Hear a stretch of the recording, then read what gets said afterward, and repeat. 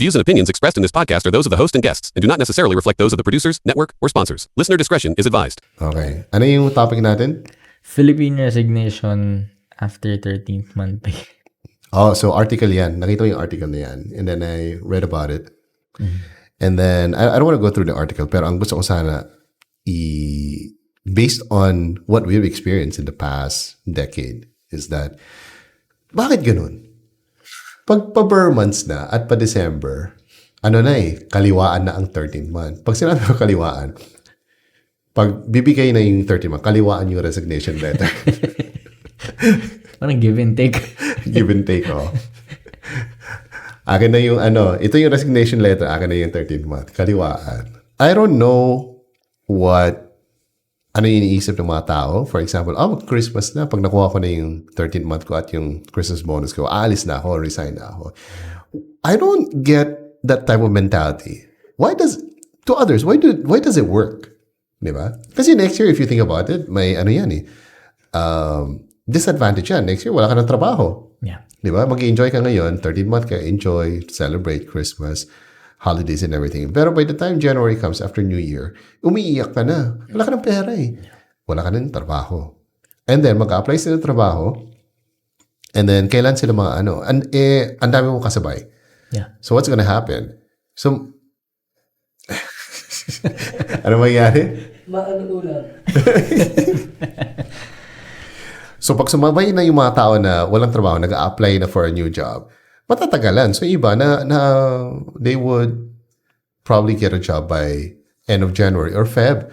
At the most, March. Yes. I don't get it. Well, what are they thinking? Is it like that? I mean, let's analyze this. Bakit kaya? I think they see it as job, parang sabi nga nila, job hopping season. During the season na yun, kasi hindi sila sure, or hindi tayo sure if it's actually a smart move or a dishonest move. So, I think they do this kasi they use, or parang, para sa kanila, meron silang cushion.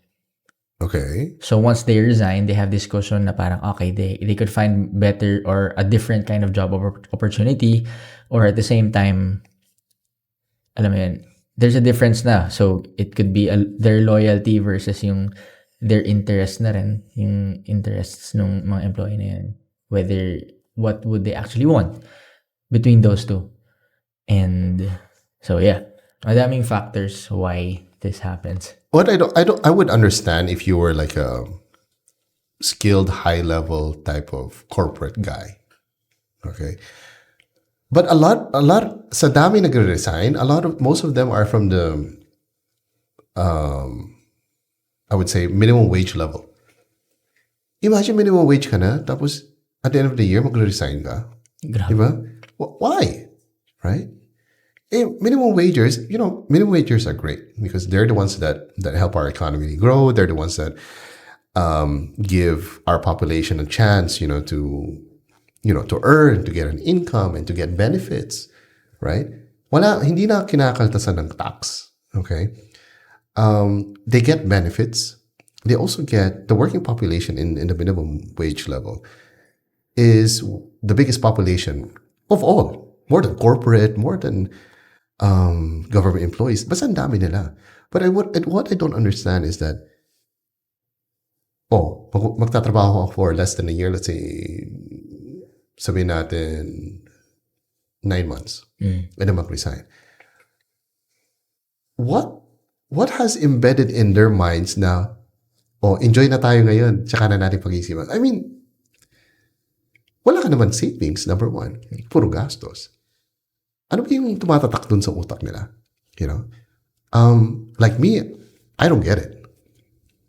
You think there's another reason? What you said is that it's a good reason for someone who's very skillful. Kasi kung ikaw yung tipong skillful na tao, for example, doktor ka, let's say pedia ka, you're in demand whether you like it or not. Kasi scarce ang pedia doctors, yung ibang bansa na kasi mas malaking bayad. But my point being is that they're so skillful that they know that they're in demand. So they have the power to decide, ayaw ko muna mag-resign or gusto ko mag-resign kasi I have better opportunities outside. The problem with people in the minimum wage level is that they don't think about that. What they think is about that, hindi mag-enjoy ako sa Christmas. Mag-iinuman kasama ko yung mga friends and all that. Hindi ko sinasabi lahat. Karamihan. I have the stats for that kasi, we organize job fairs. Yes. So madaming, the one reasons why we organize job fairs, especially in the Burr months, is because they're hiring for the Burr months. Okay? And then why do we have job fairs like in the first quarter? Kasi madami nagre-resign. Madami nagre-resign. Forget project-based. Project-based, yeah, we get it. For Burr months, project-based, yes. After Burr months, tapos na, wala na kayong project kasi project-based. Pero yung mga full-time na, yung mga regular employees, it's just embedded in their heads na, okay, regular na ako, 6 months na ako. Pero after 3 months, mag-resign ako bago pag nakuha ko na yung 13th month ko. What is the case there? I don't know. I don't know what to say anymore. It's just, yung iba, yung mga hindi nag-resign, following year, back to work tayo. Malungkot kasi tapos na yung kasi they have that sort of depression. Yeah. Right? Nakakalungkot kasi wala na yung holidays and everything. Pero back to work tayo. Right? Sila naman, they're gaining more experience. They're gaining more.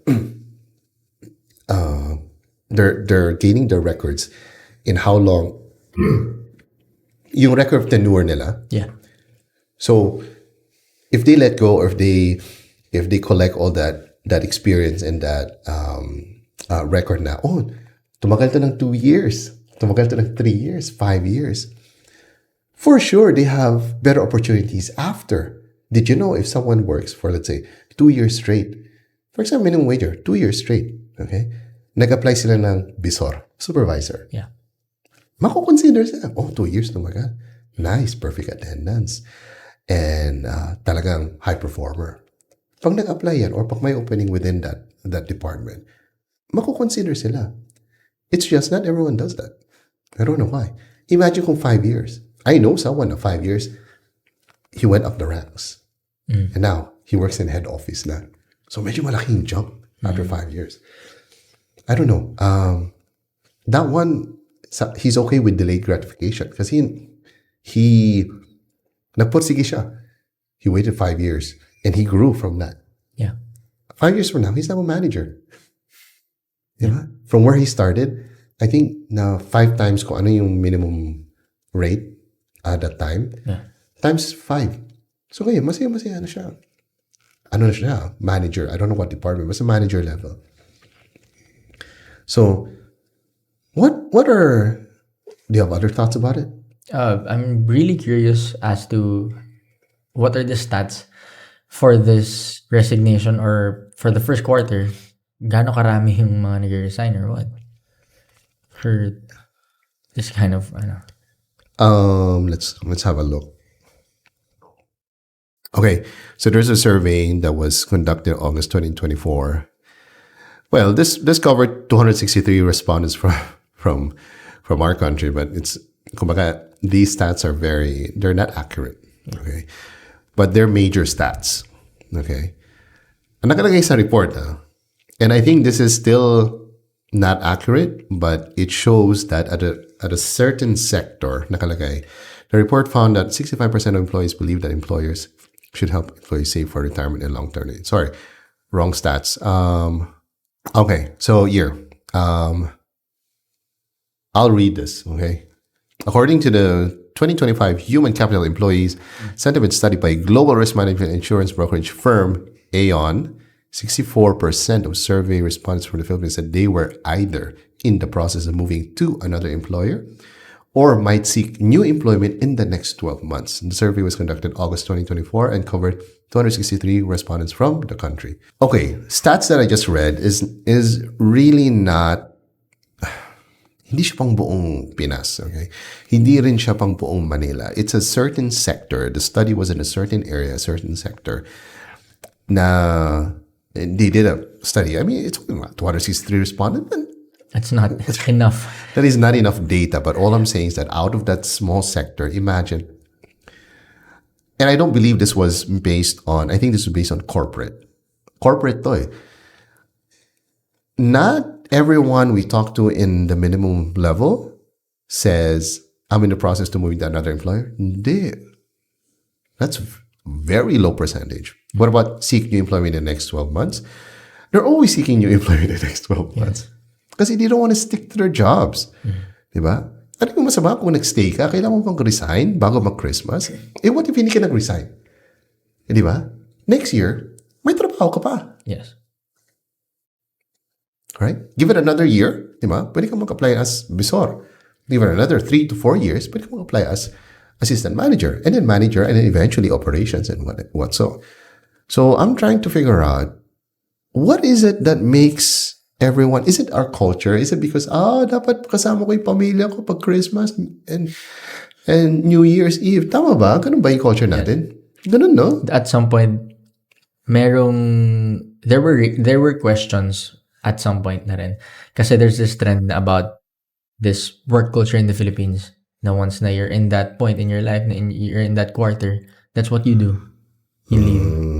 Paano yung mga OFW? OFWs they earn 50,000 to 100,000 to 200,000 outside, and they're away from their family. And you know what? Hindi sila bumabalik for vacation. Chance lang kung pumayag yung employer nila. But, it's Christmas, it's New Year, I want to spend time with my family. Is it okay if I take a leave of absence for the holiday seasons? Most of them be like, no, what are you talking about? Leave of absence in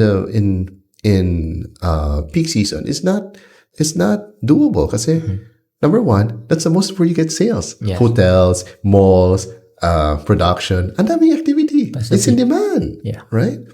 So, syempre, accepted na ng mga OFW na, ba't ako gagastos ng plane ticket para umuwi?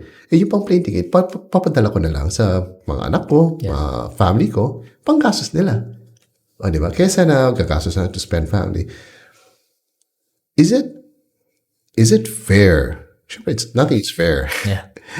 But I think it's all about sacrifice, and it's all about, trying not to live in the moment. Yung iba kasi, nakuha nila 13th month nila, one day millionaire. Bili tayo ganito ganyan. Libre tayo. Diba? What about yung mga call centers? Did you know that sa BPO, syempre panggabi sila, nag-shifting yung mga tao doon. So yung iba, halimbawa papasok ng Christmas evening, and then hindi na sila papasok ng New Year. And then yung mga hindi pumasok ng Christmas, papasok ng New Year. Right? And then next year, since hindi sila nag-resign, may trabaho pa din sila. What did they miss in Christmas? What do you think people miss in Christmas or in New Year? Did they miss anything? No. Family time, I think. Okay. Is it only in Christmas na may family time? No. Hindi ba every day may family time? Yes. Di ba you have to... Family day is every day, right? It doesn't matter if it's Christmas, Valentine's. It's every day. And you have to... What's the term? You have to... Sacrifice. Not only sacrifice, ano yung moment, seize the moment. Yeah. Seize every moment when you go home, right? Seize every moment that you see that your parents are alive, your kids are healthy, di ba? Yeah. Ano pa? It's not seize the moment, parang cherish the moment. Yeah. Cherish the moment. Ito naman, you know, tell me. Cherish, di ba? Not only in Christmas, not only in Valentine's, not only in any occasion, but to cherish the moment every time you go home and see your family and everyone's okay. Yeah. And cherish the time that you're alive, right? You don't wait for Christmas so you can spend time with your family. Unless OFW ka or, you've been busy with other things, unless it depends on your... But basically, by default, if you work at the mall, if we work in the office, you have to cherish every moment of that. Thank you, may trabaho ako. Thank you, may pangbayad ako dito. Thank you, may pangsalo ako sa utang. Thank you may pagkain sa lamesa. Thank you. We're so into, tama ba yung term? Maluho ba tayo? Tama ba yun? Yes. So, kasi at some point, mas swerte pa nga yung mga nagkatrabaho na nandito with their families na they can spend their time with their time with their families anytime. And then for the OFWs, yun yung mga nagsasacrifice a lot. Those who don't go home for Christmas, even on their birthdays, even on special occasions. So I think what you said with sacrifice, it's a mindset na has to be instilled in a lot of people's mindset. Kasi it goes along with other things. the more they can sacrifice their time so they can work, that's when they can pay more. When they sacrifice their time na, they keep working. Yeah. So yeah, that's what they need. Diba, you know that I grew up in another country, right? Yeah. So ang dami ko nakikita na OFW. I've met a couple of people. Imagine 10 years hindi sila umuwi. 10 years. Yeah. So, yung anak nila, pag-uwi nila, Hindi they na don't- sila kilala. Hindi na. Di ba my ads, I'm not sure if you watch his ads way back. Ads ni PLDT to. So, yung bata, hindi niya na-recognize yung father niya. Tapos tinawagan siya sa phone para ipadinig yung boses niya. Yeah. Kasi the daughter didn't recognize the father who came home. And then when he started talking on the phone, tinawagan niya sa landline gamit niya yung cellphone. Say, anak, ako to.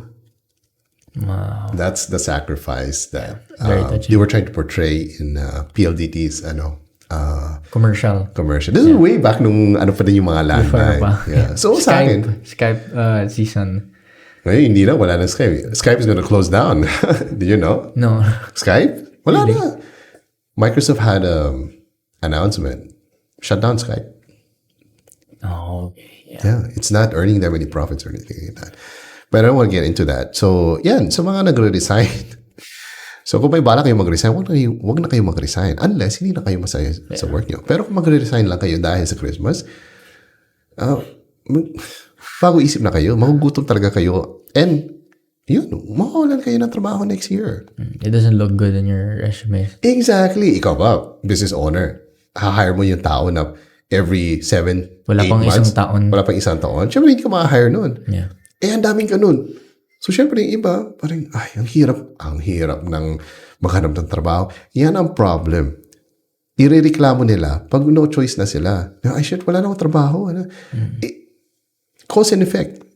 Ikaw nga, may trabaho ka dati, tapos ngayon nag-resign ka, tapos ngayon nagreklamo ka, tapos ngayon tuturo mo yung gobyerno natin. Ang dami na. Did you know, because I had a meeting earlier, that March is Women's Month? Yes. So si DOLE, Department of Labor and Employment, they have a month-long job fair. Month-long job fair. Month-long. Ang tag... I'm gonna month-long and nationwide. Ganon kalawak. Okay? So let me show you this. March job fair alert. Okay? March nationwide job fair schedules. Okay? So, nag-start yan ng March 5, Peso Pasig job fair. So, sa March 5 din, meron Peso Makati. Simultaneously, March 7, dalawang location, Manila and I think Makati. So, SM San Lorenzo, Makati City Hall. Simultaneous, so this is up to March 31. Nationwide. Grabe. Yeah. Wait, yeah. for this year or next year? Itong month, nag-start na eh. Yeah, it's already starting. Yeah.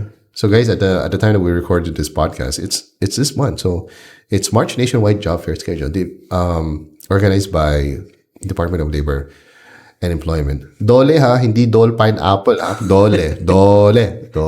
May tumawag kasi sa hotline daw. Sabi, magreklamo sana ako sa may kaso ako. May irereklamo ko ako. Sir, hindi po ito Dole Pineapple. Yan. Wrong number. Ang dami. There's Region 2, there's Region 3. Ang dami. There's a bunch. Mm-hmm. So, imagine we keep offering because nangyayari lagi. That's why yung mga tao nagreklamo sa gobyerno na walang trabaho. Kayo yung dahilan, kaya wala kayong trabaho. Yeah. Di ba? Ang daming trabaho, choosy lang kayo. At nag-resign kayo pag malapit na. Yun. But, reality check, it is what it is.